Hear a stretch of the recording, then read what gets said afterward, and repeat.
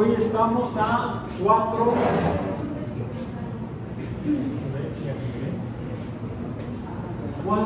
de diciembre de 2025 en física biológica. Punto. F de física, B de biológica. Y en las semanas anteriores habíamos estado hablando de electricidad.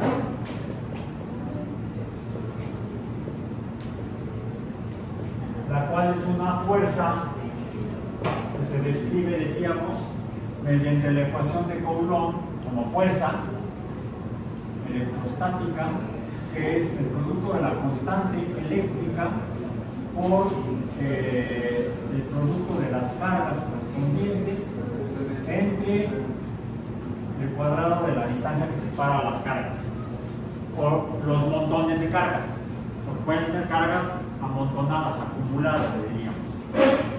Y el magnetismo,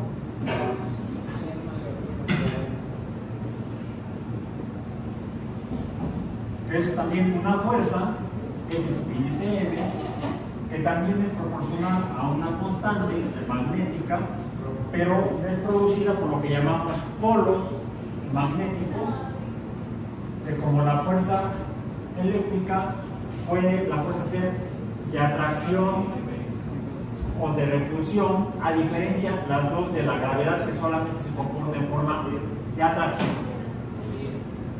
Y esa atracción o repulsión se da la atracción cuando las características de las cargas que están interactuando es diferente.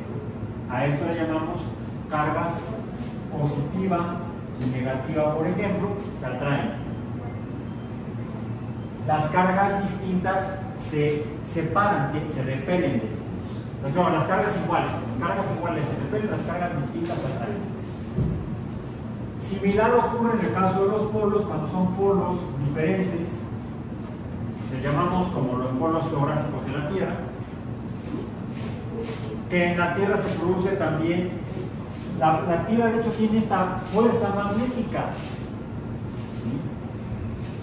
que es lo que provoca que algunos minerales de hierro que tengan forma elongada se orienten esas formas elongadas apuntando a los extremos de ese elongamiento, de esa barra, vamos a llamar una barra, como esta que tengo yo aquí, que es una barra que presenta fuerza magnética porque interactúa con material de hierro. Material de hierro, ¿entra el hierro? No tiene hierro. Aquí tampoco. Aquí sí, miren. Este tubo rojo es de hierro, no es entonces de cobre. No, este tubo de hierro tiene adentro alambres de cobre que son conductores de cargas eléctricas. Los metales en general, como el cobre, como el hierro, también pueden conducir corriente eléctrica. La corriente eléctrica, por ejemplo, de las cargas negativas, a las que llamamos electrones, así los representamos, pueden moverse a través de conductores eléctricos, los cuales los mejores son los metales, los que tenemos ahí en la tabla periódica, y por cierto son mejores de derecha a izquierda, aparentemente, los conductores. Y la corriente tiene dirección. Una corriente electrónica de electrones se mueve de donde sale, que sería el polo positivo, de aquí salen y se van hacia... Sí.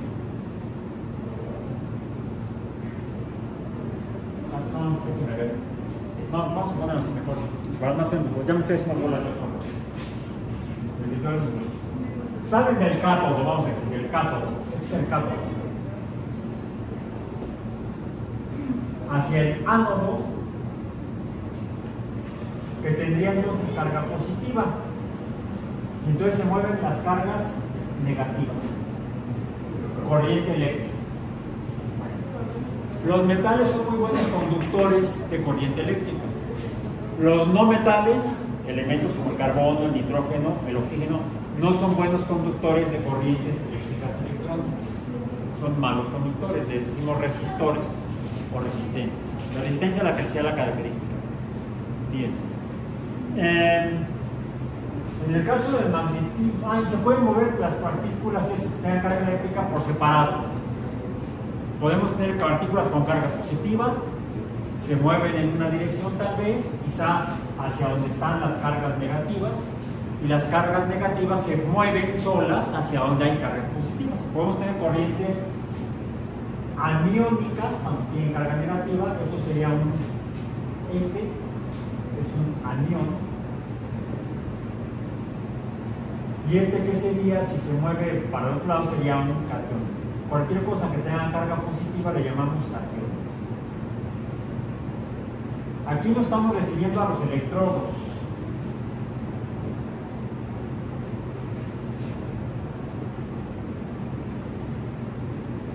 Que son los que tienen las cargas eléctricas fijas. Los electrodos tienen cargas eléctricas fijas. Y de ellos se desprenden partículas aniónicas o catiónicas para producir corrientes aniónicas o catiónicas. A las aniónicas le llamamos también corrientes electrónicas. En el caso de la fuerza magnética que se da entre polos de atracción si son negativos, de repulsión si son diferentes, de repulsión si son iguales, tiene la misma forma matemática, habíamos visto. Si están cerca, la fuerza es grande. Si la distancia es pequeña, la fuerza es grande. Si la distancia es grande, la fuerza es pequeña. Pero a diferencia de las cargas eléctricas que pueden moverse por separado, los polos magnéticos no. Siempre van de a pares. Incluso si esta barra magnética la cortara yo a la mitad, tendría yo dos barras magnéticas cada una con dos polos. Uno norte y otro sur. Reciben el nombre porque si las dejamos reposar, los colgamos un minuto, se orientan los extremos hacia el norte geográfico y al norte magnético, y eso se debe a que la Tierra presenta también magnetismo. Una hipótesis de por qué la Tierra presenta magnetismo es porque efectivamente, eso está comprobado, la Tierra, uno de los elementos más abundantes en la forma de la Tierra es el hierro. Y ese hierro quizás se originó cuando se formó de la nube planetaria la Tierra, se acumuló por fuerza de gravedad, y al aumentar la masa aumentaba la fuerza, aumentaba la masa, aumentaba la fuerza, y eso, fuerza sobre área es presión. Al aumentar la presión, pues el hierro, que inicialmente pueden haber sido pequeñas rocas de hierro, esa fuerza produce trabajo, el trabajo es energía, y una forma de energía es el calor. Termina fundiéndose. Bueno, puede ser por la colisión, fuerza de colisión, o puede ser por la pura misma presión gravitacional que puede llegar a fundir los sólidos a fluidos o líquidos. Incluso los metales sólidos se pueden fundir por presión, que es lo que ocurre debajo de la superficie de la Tierra. ¿Cuál es la evidencia de que eso que estoy diciendo no es mentira? De que debajo de la superficie de la Tierra hay metales fundidos. No, los volcanes. De hecho, de las rocas volcánicas, algunas rocas volcánicas, si les acercamos un imán, un magneto, vamos a ver que se pega. Porque el contenido de hierro, dependiendo del volcán, puede ser grande o puede ser menor. Entonces el material fundido semilíquido que sale de los volcanes, cuando se enfría se solidifica, se hace sólido, y ese tiene una gran cantidad de metales: hierro, níquel, cobre, etc. Diferentes metales. Si la abundancia de hierro es grande, pues puede se le pueden pegar materiales magnéticos. O incluso puede suceder que forme compuestos de hierro que presenten ferromagnetismo. Ellos mismos pueden comportarse como imanes o magnetos presentando fuerza magnética porque se generan polos en el mineral de hierro. ¿Sí? De hecho, yo si tomo, tengo aquí mi clavito, un clavo de hierro, o es más fácil con una aguja de hierro, y la aguja de hierro la froto con uno de los polos de un imán, después de hacerlo, no sé si vaya a salir ahorita porque se requiere un buen tiempo estar ahí frotándolo en un solo sentido con uno de los polos,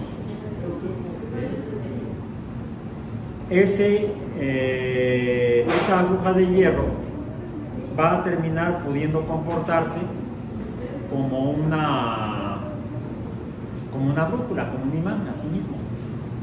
Vamos a ver si sí funcionó. No, es más fácil mientras más pequeña sea la cantidad de hierro. Háganlo en casa, prueben con un imán de los que tienen en el refrigerador, siempre la misma cara del imán, frótenla, estén ahí de ociosos frotando su aguja, la ponen encima de un corchito o de un pedazo de plástico que flote en agua, lo ponen encima de un recipiente con agua, de la superficie de un recipiente con agua, y van a ver cómo la aguja va a que esté reposando en el material que está flotando, se va a orientar de acuerdo a los polos geográficos de la Tierra. Habrán fabricado su primera brújula, tal vez si no lo han hecho antes. Voy a dejar acá mi imagen. Eso por un lado. Lo voy a poner acá. Ahí está. Otro fenómeno que vimos fue el experimento de Ørsted, que cuando se produce una corriente electrónica en un conductor como de cobre, se produce una fuerza magnética. ¿Cómo lo explicamos? Porque hicimos pasar una corriente eléctrica de una pila de estas a través de un conductor, un alambre conductor, que estaba por encima en paralelo a la aguja de una brújula, y esta aguja de brújula se movió. ¿Cómo? Hace rato repetimos el experimento antes de que llegaran la mayoría del grupo. ¿Y cómo se movió? La corriente salía del cátodo, polo positivo. Del cátodo saldrían las partículas electrónicas en esta dirección, y el dedo cordial de la mano derecha indica hacia dónde se mueve el polo norte de la aguja de la brújula, que estaría inicialmente orientada así, vamos a decir, sería el polo norte. Por acá vamos a poner el polo sur, y al pasar la corriente eléctrica con la dirección que indica mi pulgar, el polo norte se mueve hacia el oeste cuando hay corriente eléctrica. Si quitamos la corriente eléctrica, entonces la aguja vuelve a su orientación normal. Quiere decir que se produce momentáneamente fuerza magnética. La corriente eléctrica puede producir fuerza magnética. Y hay otro experimento que hizo Michael Faraday, el cual enrolló alambre de cobre, le acercó un imán, una barra magnética, y observó que se producía una corriente eléctrica. Es decir, la electricidad produce magnetismo y el magnetismo produce electricidad, y de ahí que ahora contamos si fue Faraday el que hizo el primer motor eléctrico. Es decir, si hacemos pasar una corriente eléctrica en un sentido, a eso lo llamamos corriente directa, una sola dirección, a través de un conductor eléctrico, este conductor eléctrico estará produciendo fuerza magnética. y si tenemos ahí una barra magnética, pues va a estarse siendo empujada por la corriente, por el magnetismo producido por la corriente eléctrica, y eso podría estarse moviendo constantemente. Se han modificado los motores eléctricos y también se puede producir una corriente eléctrica si hacemos conducir, si acercamos un imán a un alambre de cobre enrollado en el cual se va a producir una corriente eléctrica. ¿Qué podemos hacer entonces si tenemos un imán en movimiento? Por ejemplo, dándole una manivela, o mejor que sea un burro, le pedimos a un amigo que lo haga, no, un burro de 4 patas que esté moviendo la manivela, bueno, que pase cerca, que haga que se mueva un imán, que pase por un conductor, se estará produciendo una corriente eléctrica. Podemos producir fuerza eléctrica a partir de movimiento de fuerzas magnéticas. ¿Es una mesa que estaba acá? ¿Que tenía pedales? Creo que sí. De repente se rompió, ¿no? Pero... Sí. Entonces, si lo ponen en una bicicleta y están pedaleando, moviendo imanes cerca de un conductor, van a producir corriente eléctrica. Una corriente eléctrica utilizable. Es la forma en la que se hacen los generadores eléctricos. De hecho, un generador eléctrico es un motor eléctrico que funciona al revés. O podemos, a partir de un motor eléctrico, utilizarlo como un generador eléctrico si movemos los imanes del motor. Casi toda la energía se va a calentar y mover una turbina de vapor. O lo que se hace normalmente para producir electricidad como la que consumimos actualmente en las civilizaciones es que o ponemos esos imanes en un rotor que esté impulsado por paletas que pasen, los metemos en una corriente de agua, puede ser un río, o puede ser una caída de agua en un lago artificial.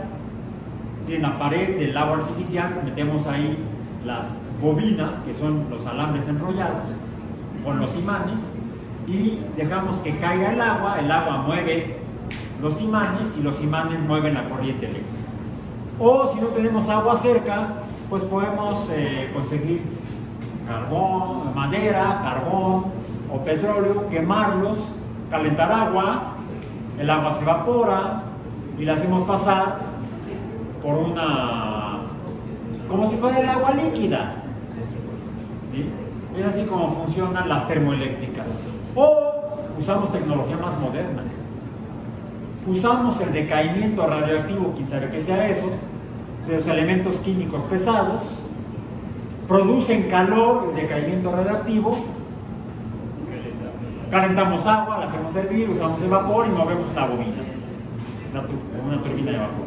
O sea, cambiamos el carbón, la madera o el carbón por material radioactivo como uranio o plutonio o cosas por el estilo, ¿sí? Para calentar agua.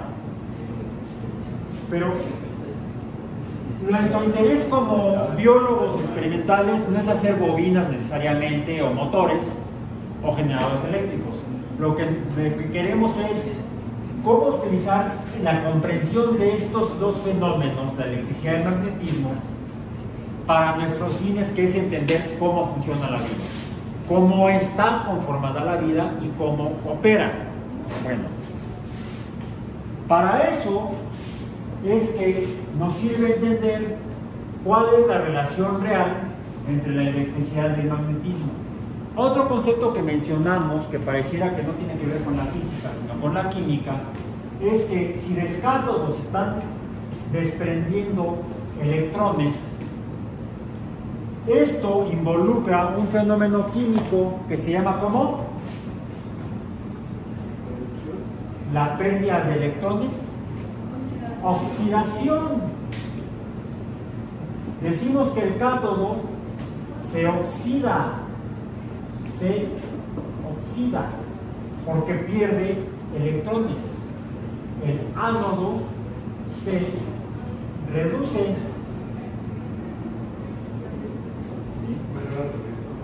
Entonces, ¿qué es la corriente eléctrica? es un proceso de óxido-reducción. Entonces, quizá siempre que algo se oxide, se esté produciendo una corriente o algo parecido a una corriente eléctrica. Mencionaste algo de biomagnetismo y seres vivos, magnetismo y biología, biomagnetismo. ¿Podría existir?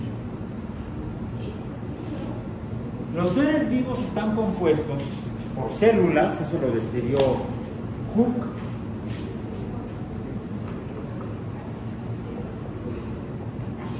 Robert Hooke, el mismo de la ley de los resortes, que él describió la celda, pero en español lo llamamos así. ¿Cómo la llamamos? La célula. Cell viene de celda en español.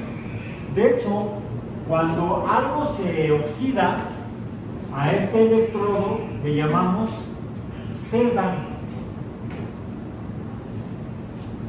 porque lo que se está oxidando es algún elemento químico, como podría ser el sodio. Si el sodio pierde un electrón, ¿en qué se transforma? En ion sodio. Y aquí tenemos otra celda, que es el otro electrodo. Por cierto, ¿qué pasó aquí? Es el sodio más el electrón que se le despegó. Aquí tenemos la mitad de lo que sería una generador de fuerza eléctrica o voltaje. Dado que involucra la presencia de materia química, a esto le llamamos una celda electroquímica. Pero así como el sodio pierde un electrón, este electrón no se puede quedar volando. Tiene que recibirlo el ánodo, que químicamente tendría que ser algún otro elemento. Por ejemplo, el cloro, que se transformaría más cloro daría lugar a el anión cloruro. Por cierto, en las células adentro hay mucho potasio y afuera hay poco potasio. Adentro hay poco sodio y afuera hay mucho sodio.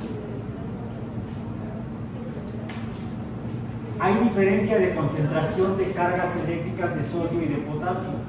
Si hay diferencia de concentración o cantidad de cargas, que hay algo equivalente a esto.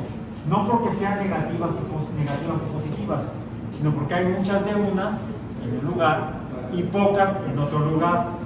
Esta diferencia de abundancia o concentración de cargas es el responsable de la formación de E en E sub M minúscula.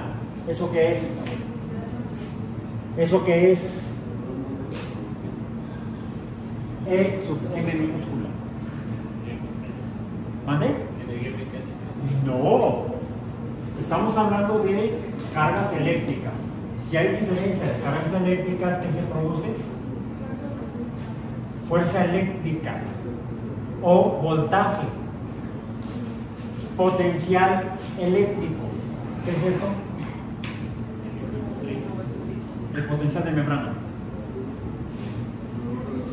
El potencial de membrana se produce o se genera porque a ambos lados de la membrana celular hay diferentes concentraciones de iones. Más de uno en un lugar, menos del otro lado de la membrana. Más de uno afuera de la membrana, menos del mismo adentro de la membrana. De hecho, el potencial de membrana es proporcional a el potencial de sodio y el potencial de potasio. Cada uno, porque tiene concentraciones diferentes, genera su propio potencial. Esto es importante que lo vean, lo comprendan, para que lo recuerden y lo puedan usar en sus próximos cursos de bioquímica. ¿Qué es el metabolismo? ¿Qué sucede cuando tenemos?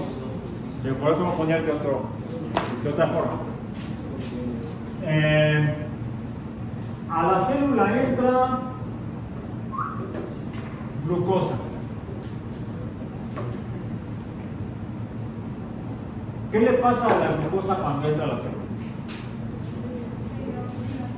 ¿Por qué se oxida? No, no tiene. Es una bacteria.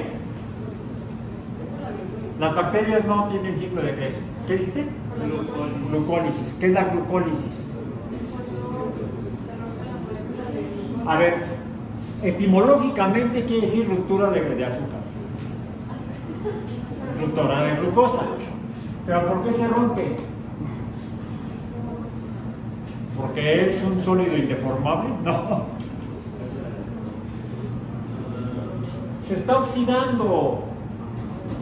¿Por qué se oxida? La glucosa, no voy a poner de manera fiel la estructura, va a ser aproximada. 1, 2, 3, 4, 5, 6, ya. Suficientes. Es una exosa. Tiene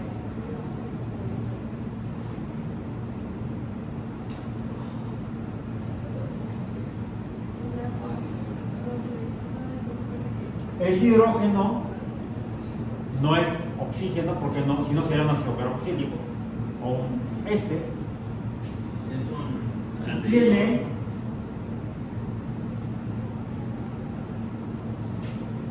cinco oxígenos más. Puede variar la posición si a la derecha o a la izquierda de la cadena de carbonos. En realidad también la podemos representar de manera cíclica. Pero esta es una representación de cualquier exosa. ¿Cualquier exosa? No. Voy a pasarme para acá, me voy a poner 1, 2, 3, 4, 5, 4, 5, 6.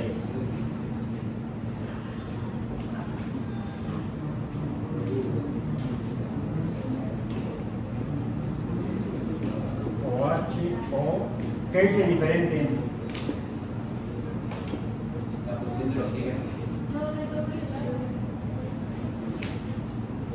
¿Esto qué es? ¿Y esto? Una acetona. Esto sería la fructosa. De la glucosa a la fructosa son los primeros dos pasos de la glucólisis. Involucra los primeros dos pasos de la glucólisis. La glucosa pasa de ser un aldehído a ser una acetona y entonces ya no es glucosa sino fructosa. Le llamamos estas aldosas y estas cetosas, como azúcares. Pero, ¿y por qué es esto una oxidación?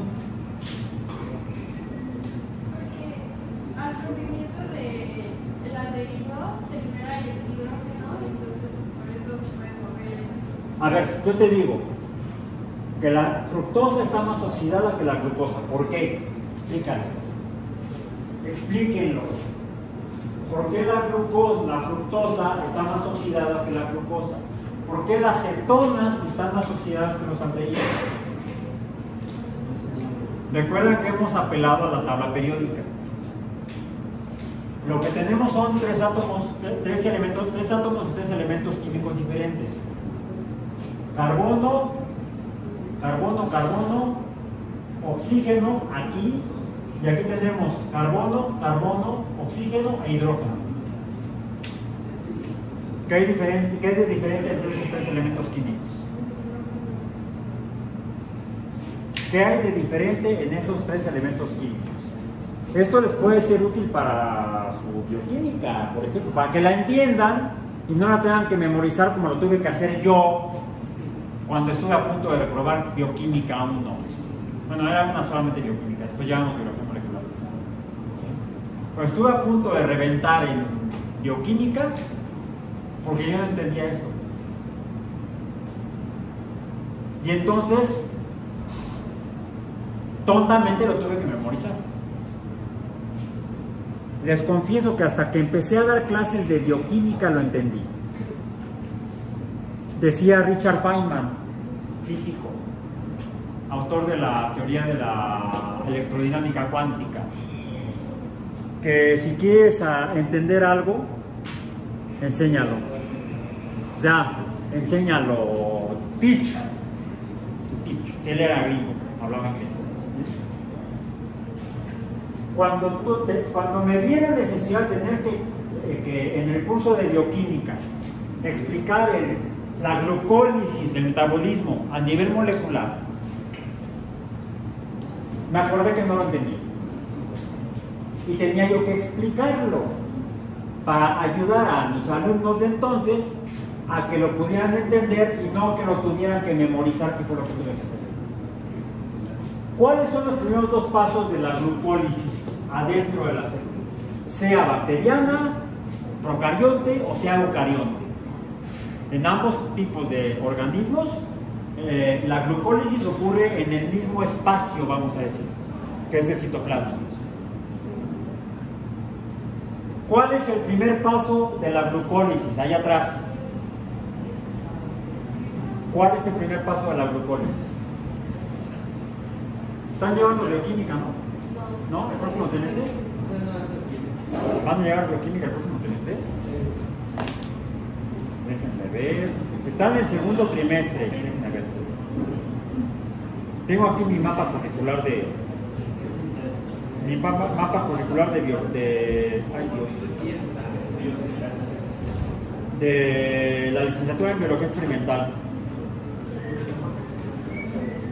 Y dice aquí que en primer trimestre, ayer estábamos hablando de eso, ¿no? En primer trimestre llevaron biología general, llevaron química general, llevaron laboratorio integral, ya no existe, ahora se llama método científico experimental, y llevaron precálculo, ¿sí? Bueno, ahorita están llevando química orgánica 1, o sea, esto. Por cierto, no azúcares. Azúcares es de química orgánica 2. Entonces, para que puedan entender la química de los azúcares, deben entender los grupos funcionales de las moléculas orgánicas, que es la química orgánica 1. Y están llevando cálculo diferencial, están llevando física biológica, y están llevando bioética. Bueno, deberían llevar. El próximo trimestre, si acreditan todas, se van a poder inscribir a biología celular, a bioquímica básica, donde van a tener que entender esto para no tener que memorizarlo. Les adelanto, spoiler para su curso de bioquímica del próximo trimestre. El primer paso de la glucólisis, una vez que la glucosa entra a la célula, sea procarionte o eucarionte, es la formación de glucosa 6-fosfato. ¿Qué significa eso? Por eso lo pone incluso en nuestro protocolo en azul. ¿Cómo se enumeran las moléculas orgánicas? ¿Cómo se enumeran los carbonos? Allá atrás, ¿cómo se enumeran los carbonos? ¿Cómo se enumeran los carbonos? Sí, ¿cómo se enumeran? ¿Cómo nos está yendo en química orgánica? Se acaban de echar de cabeza solitos. ¿Cómo se enumeran? Pero aquí hay 3 grupos funcionales. Hay 3 grupos funcionales. ¿Dónde? El grupo funcional alcano. que es el carbono-carbono. El grupo funcional, alcohol, y el grupo funcional, no, carbonilo. Hay dos tipos de carbonilos, los aldehídos y las cetonas, los cuales son isómeros, tienen la misma fórmula general, diferente fórmula estructural. Cuenten carbonos. C6H12O6, las dos. Tienen misma fórmula condensada, diferente fórmula estructural. Son isómeros. Bien. Ahora, ¿por qué son diferentes? ¿Cómo se numeran? En el primero sería un hexanal. Sería un... Pero ¿cómo se numeran? No me han contestado. Por el primer carbono. ¿Por el primer carbono? Por la importancia que tenga el grupo funcional. ¿La importancia de qué depende? De la... Eso es dogma de fe. Hay una tabla. Las tablas de la ley, las tablas de Moisés. Las rompemos. Lo que está unido. El grupo funcional más oxidado es electricidad. El criterio es eléctrico. El grupo funcional más importante es el grupo funcional más oxidado. Punto. ¿Cuál es el más oxidado? Es más, el átomo de carbono más oxidado. Ahí tengo 6 carbonos y se están oxidando diferente. ¿Qué es la oxidación? Pérdida de electrones. ¿Por qué se pierden los electrones en los elementos químicos? Depende de la abundancia de protones en el núcleo. Vimos en una clase anterior que la electronegatividad, que es la afinidad para retener electrones propios o ajenos, es como la codicia, ¿sí? Va de izquierda a derecha, de menor número atómico a mayor número atómico, pero funciona al revés, en sentido vertical, porque no va de arriba hacia abajo. Si están más grandes los elementos químicos de abajo, ¿por qué la electronegatividad funciona al revés? ¿Por qué? Lo explica la ecuación de Coulomb. La química se entiende con base en la física y principalmente con la electricidad. Cargas diferentes se atraen y mientras más cerca estén, mayor es la fuerza de atracción. ¿Cuántos protones tiene el radio? Saquen su tabla. Ya está tapado por la incubadora. 45. ¿Sí? ¿Cuál es el número atómico? ¿Sí se alcanza a ver el radio?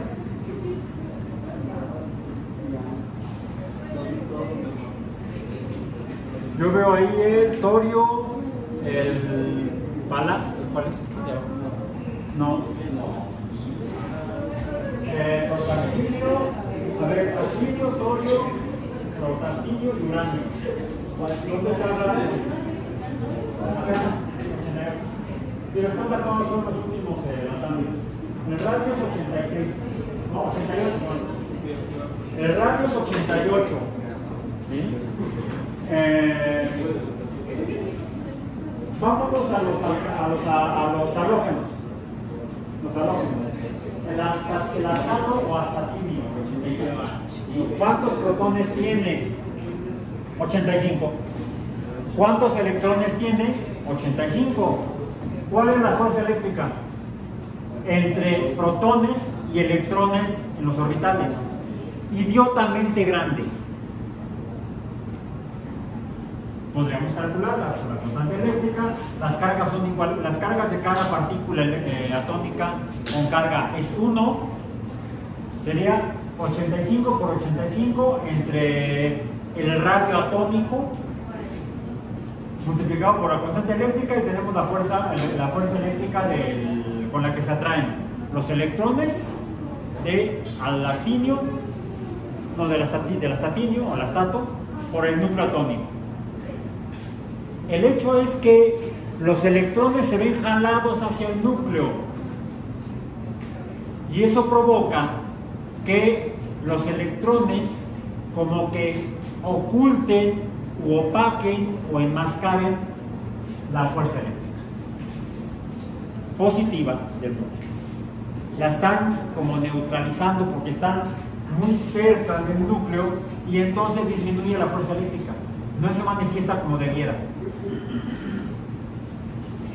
Eso hace que se apague o se mitigue la electronegatividad de los elementos más masivos. Por eso funciona al revés. La electronegatividad debería aumentar hacia abajo, porque tenemos la mayor cantidad de cargas. Pero ese enmascaramiento por los orbitales donde se encuentran los electrones disminuye el impacto de las cargas positivas del núcleo. Por eso aumenta al revés. Al haber menos electrones alrededor del núcleo hacia arriba, en sentido vertical, los elementos superiores en la tabla periódica, los menos masivos, son más electronegativos que los más masivos. Bueno, entonces, el hecho es que los elementos que están de izquierda a derecha y de arriba hacia abajo se comportan como oxidantes, es decir, jalan los electrones a los demás elementos. ¿Sí? ¿Dónde está el oxígeno respecto al carbono, respecto al hidrógeno en la tabla periódica? Está a la derecha, más a la derecha. ¿Cuál es más electronegativo? ¿El carbono o el oxígeno?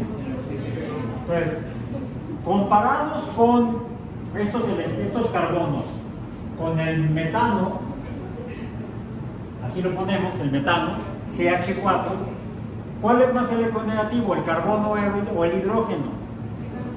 El carbono. En realidad, por electronegatividad, esa es una tabla periódica, donde se organizan los elementos por número atómico y otras propiedades naturales, físicas y químicas. Pero hablando de electronegatividad o fuerza eléctrica, el hidrógeno debería estar en medio de la tabla, arriba en medio, más cercano al boro y al carbono que como aparece en la tabla. Su electronegatividad es muy parecida a la del carbono. Y entonces díganme allá atrás, ¿qué le está pasando al hidrógeno cuando está unido al carbono en el metano?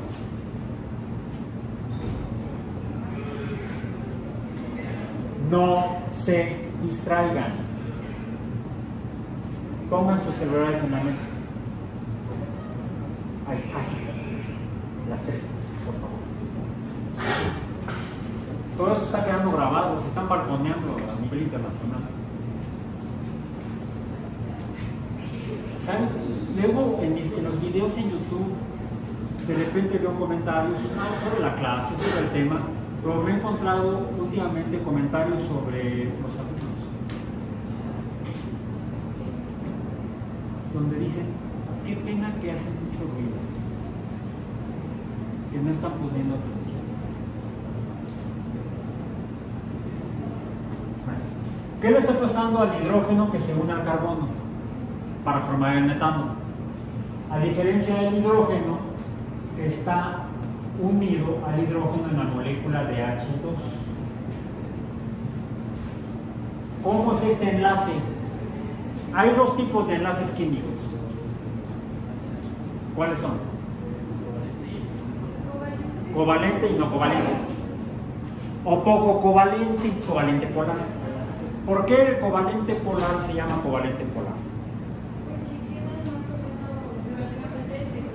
Por la ley de Coulomb. Porque la actividad es diferente. Cuando las electronegatividades son diferentes, uno va a jalar más el par de electrones de enlace y proporcionalmente va a haber más cargas negativas por los electrones sobre un núcleo que sobre el otro. El núcleo que se está viendo oxidado porque está perdiendo los electrones va a manifestar más la carga positiva del núcleo. se percibe como carga eléctrica, y eso es lo que le da las propiedades características, por ejemplo, al agua. ¿Por qué dicen que el agua es polar? ¿Y por qué tiene esa forma? Todo lo explica la electricidad. Todo. De ahí la importancia que manifesté hace como 20 años, cuando estaban proponiendo que en las licenciaturas en biología de la división de CBS de la UAM se eliminaran los cursos de física. Porque no eran necesarios, no es que no eran necesarios, no es que no fueran necesarios, es que la mayoría reprobaba. Tardaban mucho en acreditarla y eso retrasaba la salida de los alumnos y eso afecta a la universidad. Porque el dinero que nos da el gobierno de los impuestos depende de qué tan bien está operando la universidad. Si no estamos operando bien, si no están saliendo los alumnos que estudian titulados en el tiempo que debe ser, que son 4 años, la federación nos castiga y nos reduce el presupuesto. Entonces, una propuesta que se hizo, están reprobando química, física, pues quitamos los cursos de física. Sus compañeros de biología no llevan física. Sus compañeros de hidrobiología no llevan física. Sus compañeros de producción animal no llevan física. Solamente sus compañeros de las ingenierías, ya será ridículo. Se proponía que biología experimental no llevara física.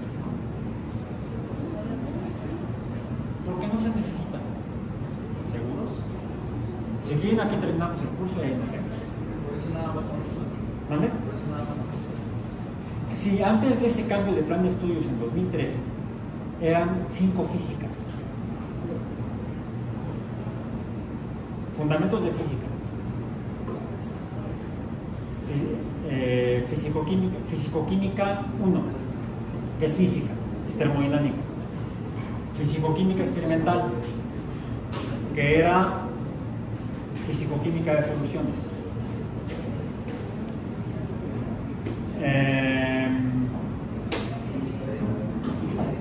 temas selectos de biofísica, que era metabolismo energético. Déjame ver. No eran 4. Pues que yo llevé 5.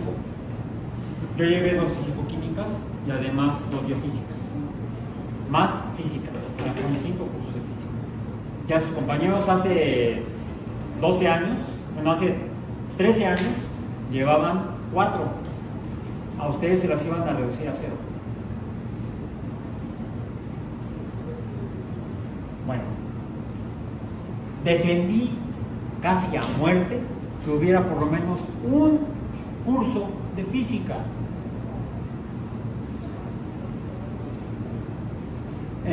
¿Cómo separan proteínas? ¿Cómo aíslan proteínas?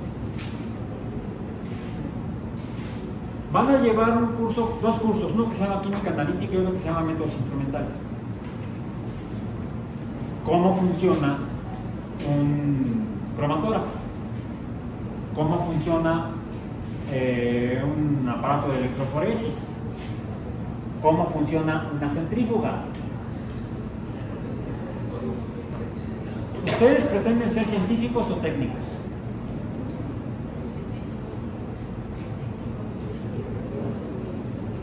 Yo he visto que salen técnicos, no científicos.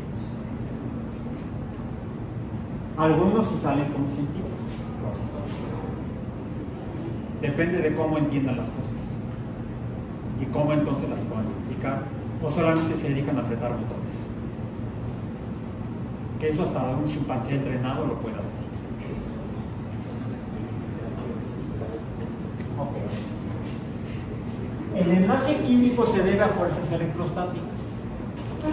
Cuando las cargas, la magnitud de cargas son iguales, la distribución de electrones es homogénea y se forma un enlace covalente. Cuando un elemento es un poco más electronegativo que otro, entonces se oxida el que está perdiendo el electrón al elemento más electronegativo. El elemento más electronegativo se reduce. Operan como electrodos los elementos químicos en una molécula.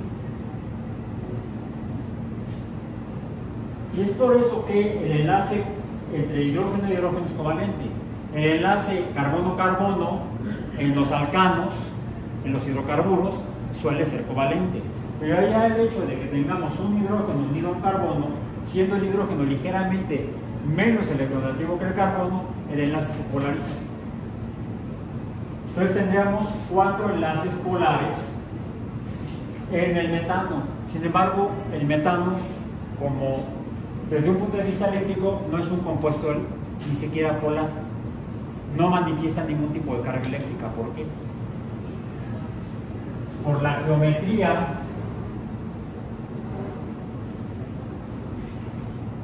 ¿qué forma tiene? Una pirámide de 4 caras triangulares. Tiene 4 caras, es un tetraedro. Y las longitudes del enlace carbono-hidrógeno son igualitas, es un tetraedro regular. ¿Han visto los Boeing? De triangulito, no son triangulitos, son tetraedros. Las caras son triangulares. Aquí lo que hay, de hecho, en el caso del metano, el hidrógeno está perdiendo parcialmente el electrón en un enlace covalente polar, por lo que se manifiesta una especie de carga positiva en cada núcleo atómico de hidrógeno. Y entonces hay una especie o densidad de carga negativa sobre el carbono. Tenemos 4 enlaces polares. ¿Y las fuerzas cómo dijimos que son? Vectoriales, tienen dirección. Si tienen vectores de la misma magnitud numérica y que tienen la misma dirección, bueno, dirección en la que son concordantes, coincidentes, se me olvidó la palabra. Bueno, ¿sí? Convergentes. Convergen en un centro geométrico común. ¿Qué pasa con la fuerza eléctrica? ¿Qué pasa con la suma vectorial? ¿Cuánto suma? Tengo 4 vectores que tienen un valor numérico distinto de 0. Aquí el vector fuerza es 0, porque es igual para ambos lados, colineal, jala para ambos lados igual, jala en un lado con un mismo número que hacia el otro. Más menos iguales da 0. Aquí también, porque tienen la misma magnitud y todos convergen en un centro geométrico común. Por eso es que el metano es no polar. Si modifico esta estructura porque le pegue otro átomo por aquí, por allá, aunque sea de la misma naturaleza, se modifica la polaridad de cada enlace y puede tener características parcialmente polares. A lo mejor muy pequeñas. Me insistía un colega químico que ya se jubiló, me dice, pero es que son no polares. Le digo, Simón, si sumamos y hacemos la geometría total, nos va a dar un pequeño momento dipolar, una pequeña fuerza magnética, que a lo mejor es despreciable. ¿Sí? Pero mi razonamiento era de esta manera. Hay 2 tipos de sumas vectoriales, igual a 0 y distinta de 0. Yo así lo veo como cuando alguna dama resulta que está esperando bebé. ¿Sí? O está embarazada o no está embarazada si no está esperando bebé. No hay damas medio embarazadas. O suma 0 o no suma 0. Sí. Ahora, ya en cuanto a los números, de la polaridad sí puede ser más pequeño.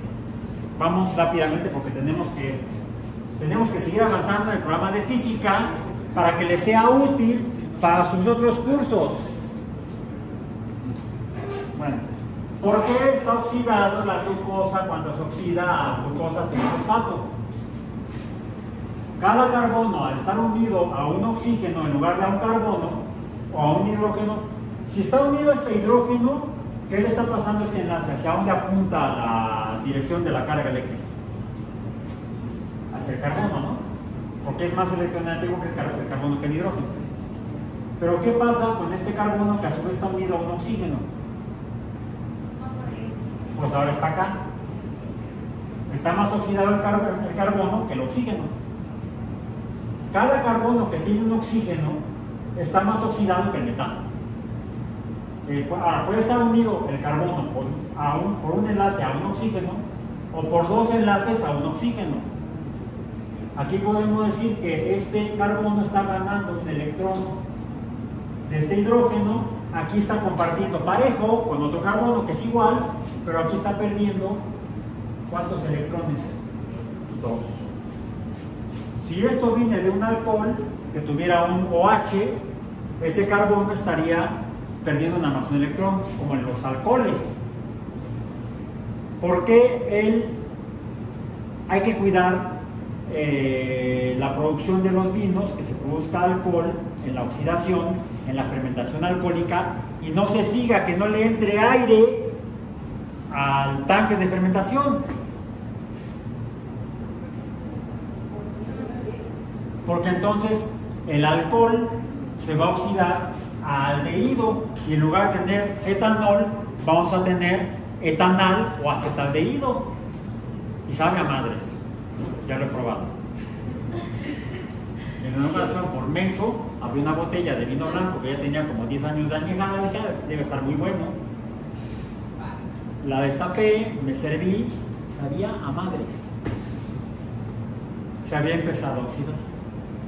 Y en lugar de tener etanol, vino blanco, tenía el precursor de vinagre blanco, que es el ácido acético.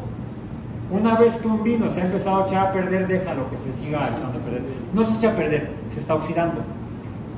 De alcohol a aldehído a ácido carboxílico. De hecho es lo que le pasa aquí. Ahora, ¿por qué la glucosa, que es un aldehído, está más oxidado que la acetona? Porque el carbono del carbonilo, aunque es otro, aquí es el carbono 1, acá es el carbono 2. Aquí el carbono está ganando un electrón, aquí no está ganando ninguno. Comparte 2 electrones y pierde 2. Entonces, en el balance de ganancia o pérdida, está perdiendo más electrones la acetona que la aldehído. Por eso es que la fructosa está más oxidada que la glucosa. Pero hay un intermediario en el metabolismo de la glucólisis.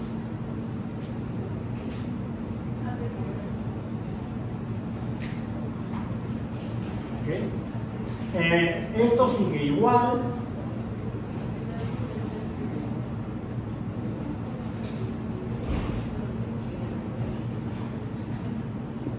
OH, OH, OH, y aquí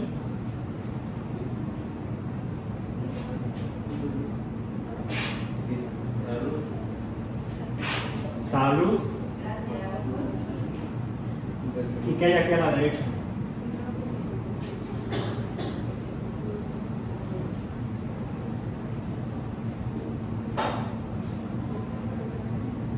En realidad no es fosfórico, es fosfato, está ionizado. ¿Y esto de dónde sale?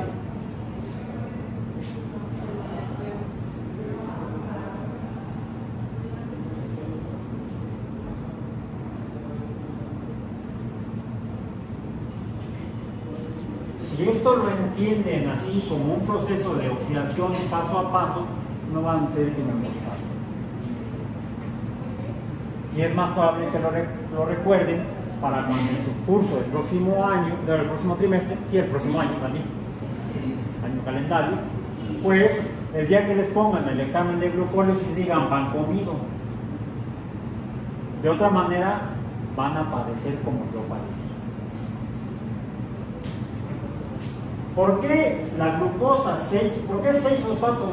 Carbono 1, 2, 3, 4, 5. En el carbono 6 hay un fosfato proveniente del ATP. De hecho, se pierde ATP en el primer paso de la glucólisis. Para ganar hay que invertir. Ahora, se dice que se oxida la molécula, pero no es toda la molécula la que se oxida, se está oxidando el carbono 6. De perder un electrón a un oxígeno, a perder el mismo electrón, pero a 4 oxígenos. Es como si llegan y les echan un montón. Ok, vamos. De ahí la importancia de entender la parte eléctrica y la parte magnética. Regresemos a la relación entre electricidad y magnetismo. Y yo les encargué ayer que vieran 4 relaciones aritméticas posibles: la adición, la resta,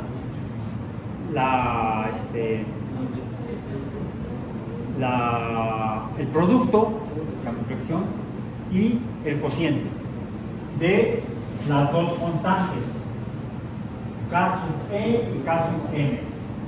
¿Probaron con las dos? Teníamos dos valores, K sub E,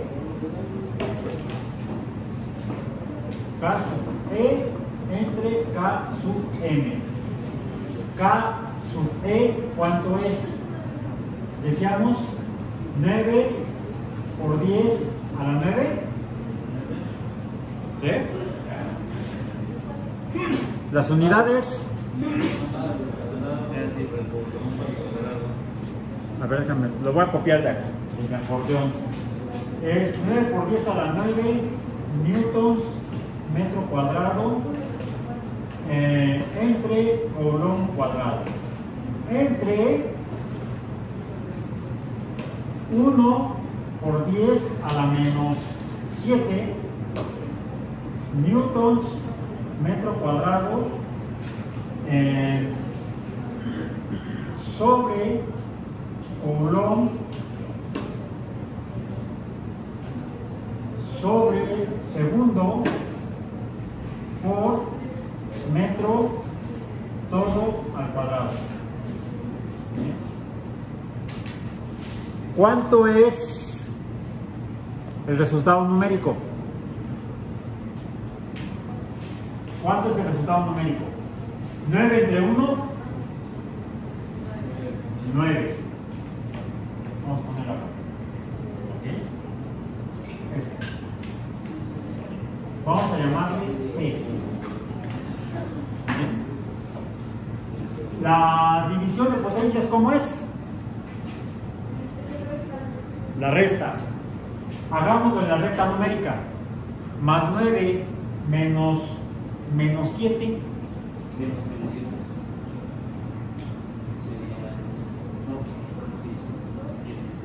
Más 16. Sería 9 por 10 a la 16. Ahora, unidades. Newtons, entre newtons es 1. Metros.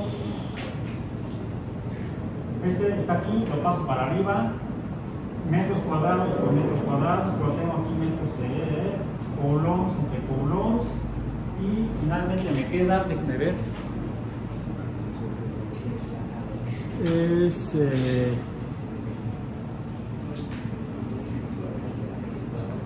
me queda segundos cuadrados entre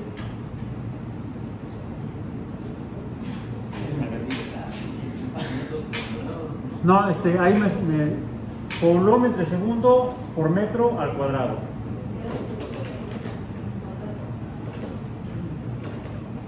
Ok, al final me queda metros cuadrados entre segundos cuadrados, porque es segundo al cuadrado por metro cuadrado, me queda metros cuadrados entre segundo cuadrado. ¿Cómo elimino los cuadrados? Una raíz. Obteniendo la raíz cuadrada. ¿Y esto cuánto es? Raíz cuadrada de 9, 3. Raíz cuadrada de 16. No, es la potencia. Es la potencia. Las potencias Cuando se dividen, se restan. Cuando se multiplican, se suman. ¿Bien? Entonces aquí habría que, si estoy haciendo la raíz cuadrada, la divido entre 2, porque esto es la suma como potencia de 2 potencias al cuadrado.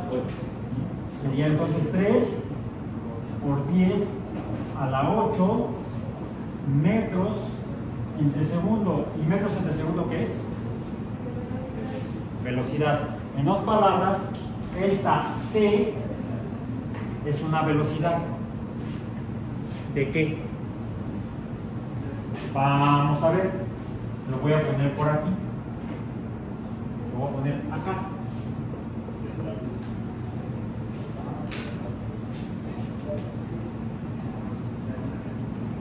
3 por 10 a la 8. 1, 2, 3, 4, 5, 6, 7, 8. Metros entre segundo. ¿Cuántos metros son? Un chingo. No. 1, tríadas. ¿Cuántos son? 300 millones de metros entre segundo. ¿Han visto ese número? Normalmente lo vemos así. Esto lo dividimos entre 1000 para verlo como, no como metros, sino como kilómetros, y son 300.000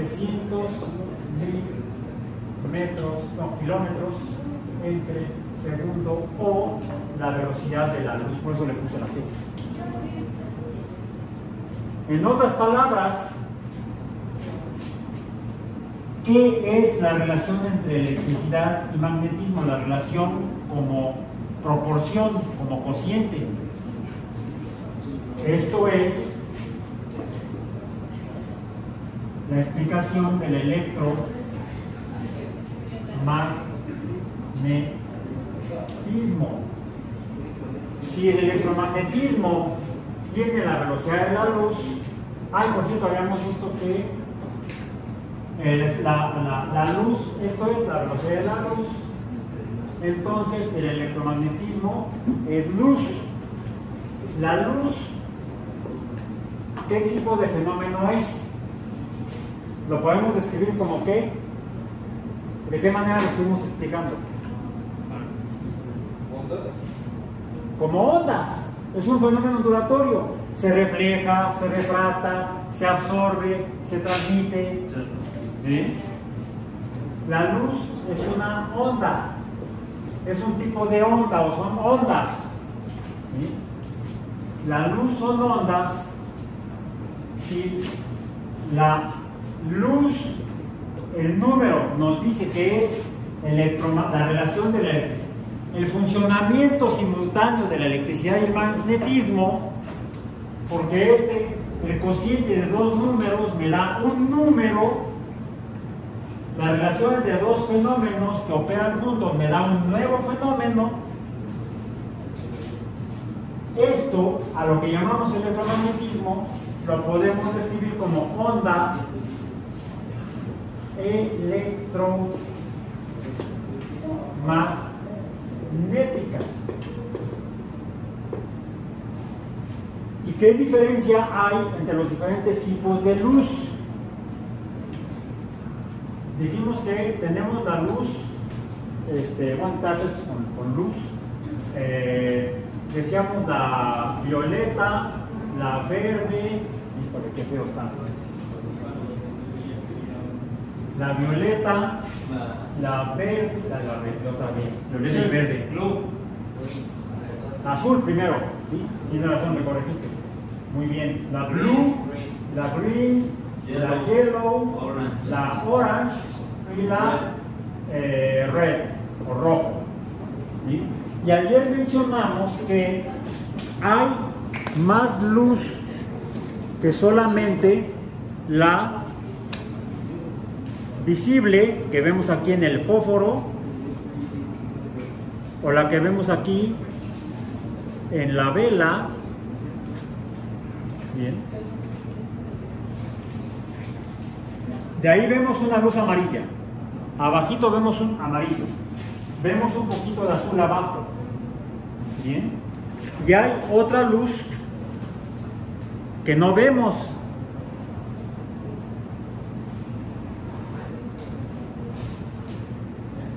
no tuve que poner el cerillo en donde está la luz amarilla. Lo puse donde no se veía luz. A ver si no me achicharro.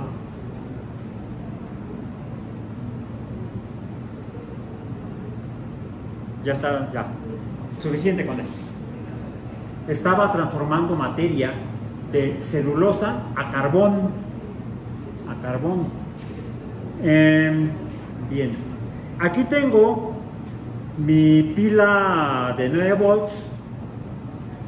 La conecté, el cátodo la conecto a una mina de grafito, de lapicero, ¿sí? Y voy a hacer que pasen, a ver qué sucede. No siempre ocurre porque la pila ya está muy trabajada,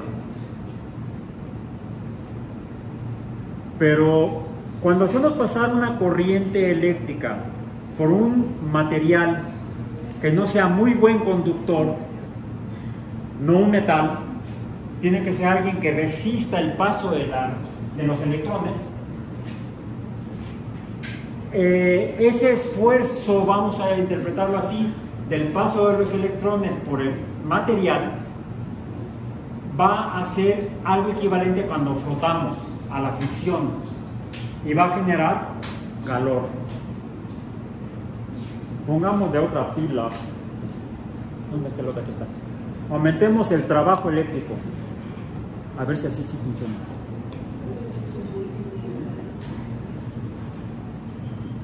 Igual no tenemos ahorita, bueno, sí tenemos algo de prisa, ya necesito acabar esto. Bien, ok.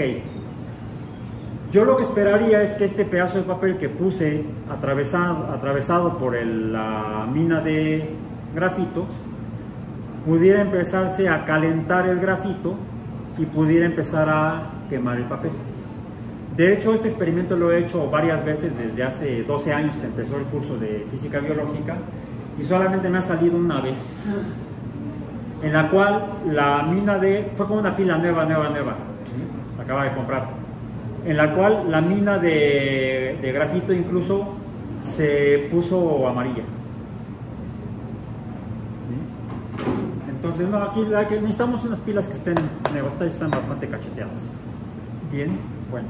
¿Dónde más podemos ver que efectivamente hay un trabajo electromagnético? Mira, en el tablero hay dos botones que dicen luz. Apago, para que se vea mejor la luz de la lámpara de Tesla.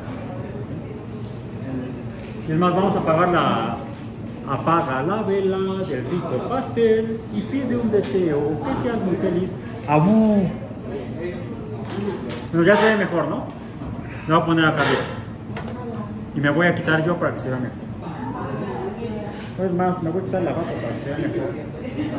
En el fondo gris de mi jersey y no en la lámpara. Ahí se ve mejor, con el gris de fondo.